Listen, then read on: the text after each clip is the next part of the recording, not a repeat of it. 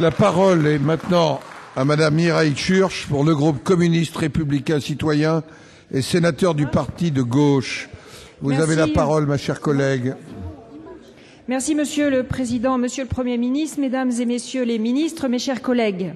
Cette question s'adresse à Monsieur le Premier ministre qui pourra, je le pense, reprendre à son compte le discours de politique générale de Monsieur Nicolas Sarkozy prononcé à Versailles et nous apporter quelques éclaircissements sur les contradictions profondes de celui qui décide de chaque fait et geste du gouvernement sans être le moins du monde responsable devant le Parlement. Monsieur Sarkozy a martelé, abusant de la méthode Coué, sa volonté de changer la France, de changer l'Europe, de changer le monde et même de changer le capitalisme. Rien ne sera plus comme avant, a-t-il déclaré. Monsieur le Premier ministre, les oubliés du discours de Versailles ont le sentiment que les choses non seulement continuent comme avant, mais s'aggravent et qu'aucun signe de changement n'est à venir. Les licenciés sont toujours plus licenciés et le rythme s'accélère. Les pauvres sont toujours plus pauvres, les précaires sont toujours aussi précaires et les salariés ne gagnent pas un sou de plus, bien au contraire, car beaucoup d'entre eux subissent le chômage partiel.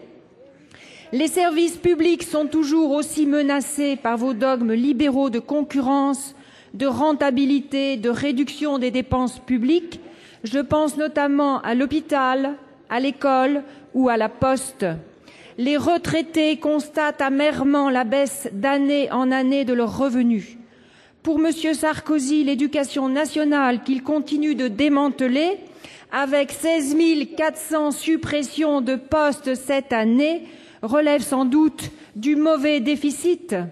Le seul bon déficit à ses yeux est-il celui des aides aux entreprises, ces aides qui s'opèrent sans contrôle, sans engagement réel et sans contrepartie? Pourquoi, à notre avis, cela va-t-il continuer comme avant pour celles et ceux que je viens d'évoquer, Monsieur le Premier ministre? Parce que le chef de l'État n'entend pas répartir les richesses autrement, il n'entend pas réduire les inégalités, il n'entend pas s'attaquer au pouvoir des actionnaires, il peut toujours affirmer vouloir répartir autrement les revenus du capital et du travail.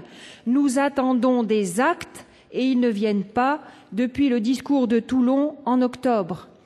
Alors, Monsieur le Premier ministre, cessez l'hypocrisie, la volonté n'est évidemment pas là. Vos décisions le confirment, vous restez dans l'affichage et les faits d'annonce.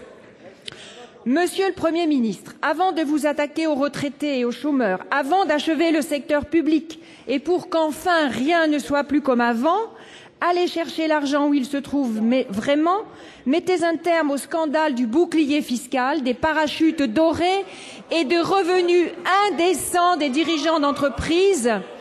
Cessez de refuser nos propositions. Allez-vous prendre enfin cette mesure de justice fiscale que l'immense majorité de nos concitoyens attendent? Abroger le bouclier fiscal. Si vous ne le faites pas, Monsieur le Premier ministre, tout va continuer comme avant.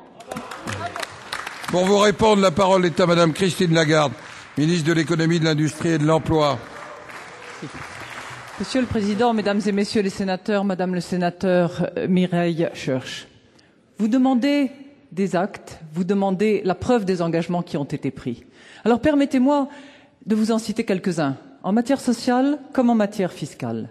En matière sociale, qui a augmenté l'indemnisation du chômage partiel pour la faire passer à 90% du salaire net? Notre majorité.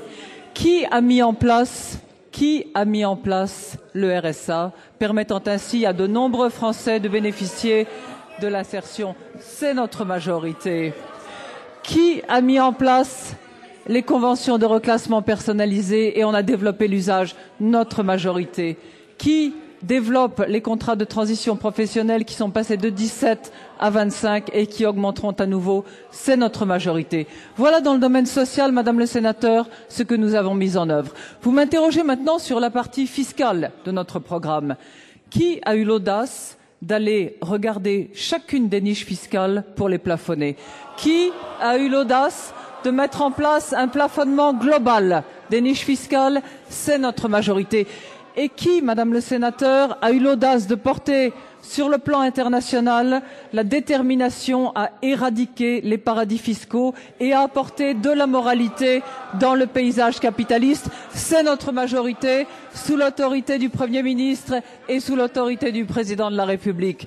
Alors, Madame le sénateur, vous revenez toujours sur le même sujet, celui du bouclier fiscal. Je voudrais tout de même vous rappeler deux choses. Ce bouclier fiscal, il marche vers le haut, il marche vers le bas. Vous savez que 2/3 des bénéficiaires du bouclier fiscal sont des contribuables qui paient très peu d'impôts et qui tout simplement bénéficient du principe du 50%. Et si 14 000 contribuables bénéficient de l'essentiel du remboursement au titre du bouclier fiscal, c'est parce que eux-mêmes ont payé plus d'1 milliard d'impôts à l'État français. Voilà une mesure de justice fiscale qui est fondée sur le principe selon lequel un contribuable n'a aucune raison de payer plus de 50% de ses revenus à l'État.